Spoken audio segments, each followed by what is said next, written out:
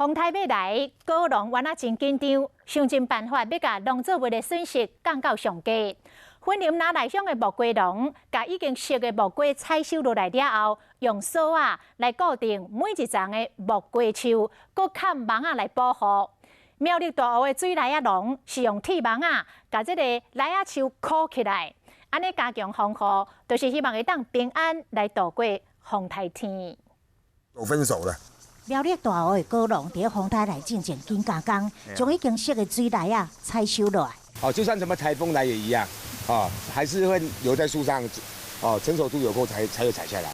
为了顾品质，这还未熟的水梨啊，就留伫咧树仔顶。不过惊这个风台会甲水梨啊降害去，因用这铁线将梨仔树绑做伙。这是有绳子当固定啊，固定绑在树干上面。对。云林哪内乡种木瓜的果农嘛，担心讲风台来会破坏果园。这一丛一丛的木瓜树拢用锁啊，甲伊绑起来，甲伊固定吊来，惊叫风台吹倒。袂讲伊排啊重吼，啊叫起，甲来规丛起木瓜就无采啊，就无通收啊。惊风台威力伤强，还佫有加围这网啊，保护木瓜园，只要水排会出去，袂淹水就好。